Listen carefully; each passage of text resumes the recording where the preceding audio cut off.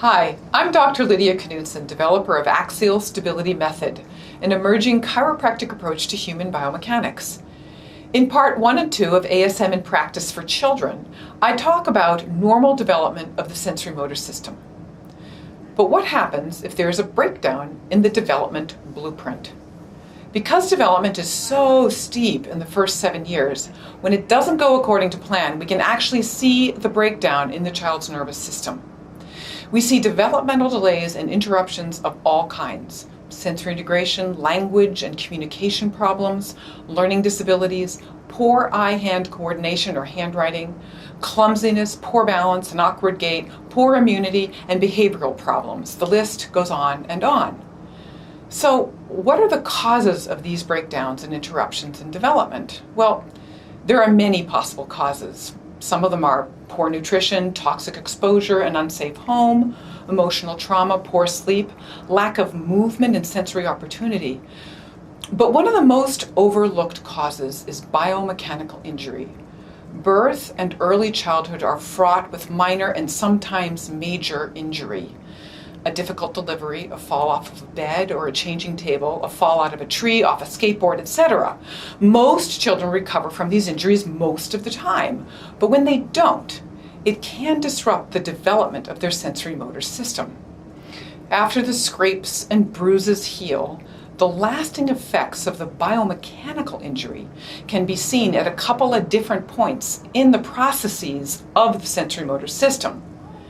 You might see a breakdown in the acquisition of sensory data, or in the processing of that sensory data. Noises are too loud and frightening, lights are too bright, smells overwhelming, food unpalatable, and tags and clothing unbearable. Or you may see a breakdown in the motor part of the sensory motor system. If you're looking for it, abnormal movement is pretty easy to see.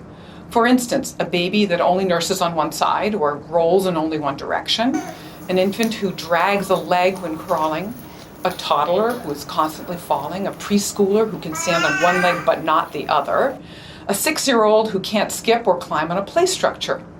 All these, including the sensory processing issues, can be indicators of a mechanical movement system that has been injured.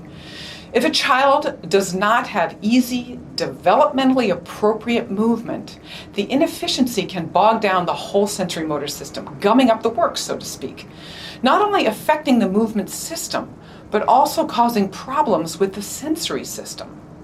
Fixing underlying biomechanical injury can help reboot the developmental conveyor belt. We have seen hundreds of children have all kinds of breakthroughs after ASM treatment.